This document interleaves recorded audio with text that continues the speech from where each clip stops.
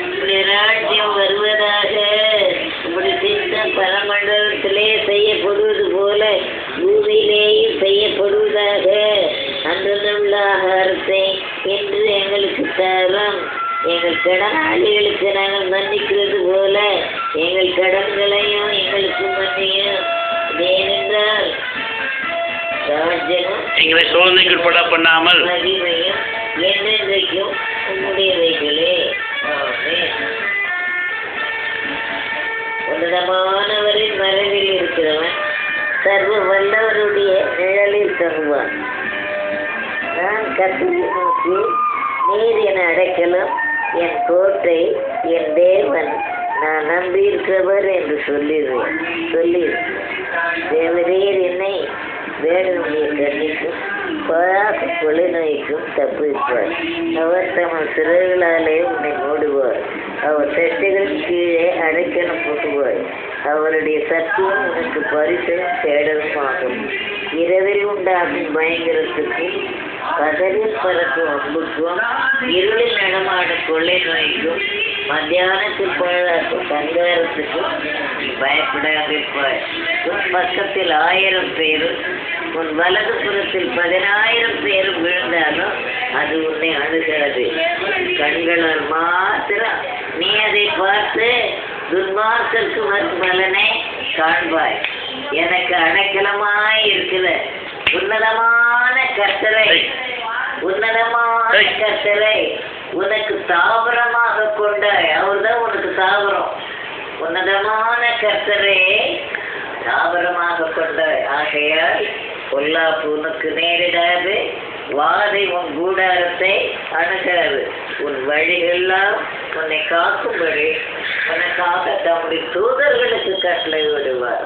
உன் பாதம் கல்லில் இடராத படிக்க அவர்கள் உன்னை தங்கள் கைகளில் ஏந்தி கொண்டு போவார்கள். சிங்கத்தின் மேலும் விரியன் பாம்பின் மேலும் நீ நடந்து பால சிங்கத்தையும் வலு சர்பத்தையும் மிதித்து போடுவார்.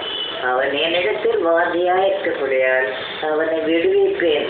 என் நாமத்தை அவன் அறிந்திருக்கபடியால் அவனை உயர்ந்த அடைக்கலத்திலே வைப்பேன். என் நாமத்தை அவன் அறிந்திருக்கிறபடியால் என் நாமம் ஆண்டவர் தானே. என் நாமத்தை அவன் அறிந்திருக்கபடியால் அவனை உயர்ந்த அடைக்கலத்திலே வைப்பேன். அவன் என்னை நோக்கி கூப்பிடுவான். நான் அவனுக்கு மறு உத்தரவு அருளி செய்வேன். ஆபத்தில் நானே அவனோடு இருந்து அவனை தப்புவித்தேன். அவனை கனப்படுத்தி நீடித்த நாட்களால் அவனை திருப்தியாக்கு. என் ரட்சிப்பை அவனுக்கு காண்பிப்பேன்.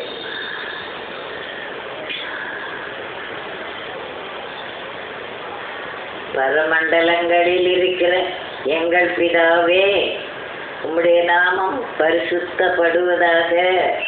உம்முடைய ராஜ்யம் வருவதாக. உம்முடைய சித்தம் பரமண்டலத்திலே செய்யப்படுவது போல பூமியிலேயும் செய்யப்படுவதாக.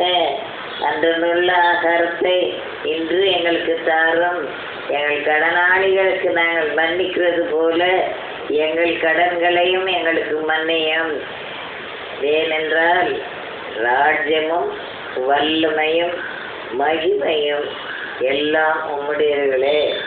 இயேசுவின் மூலம் கேட்டுக்கொள்கிறோம் பிதாவே.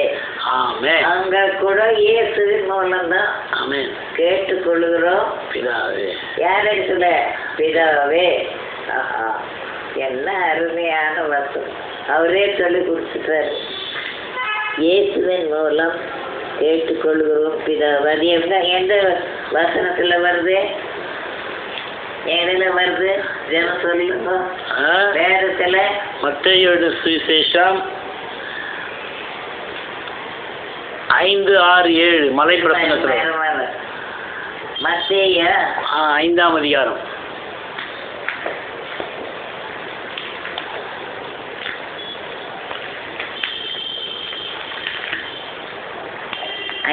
அதிகாரமா?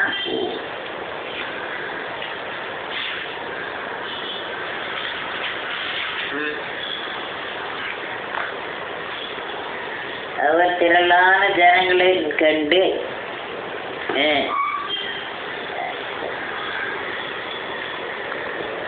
நீங்கள்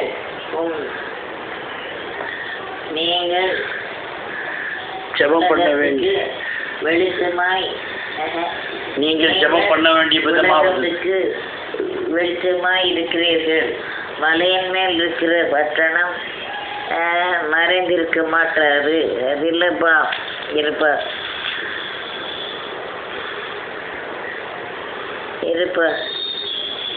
இருப்பா நான் அதிலே படிக்கிறேன்.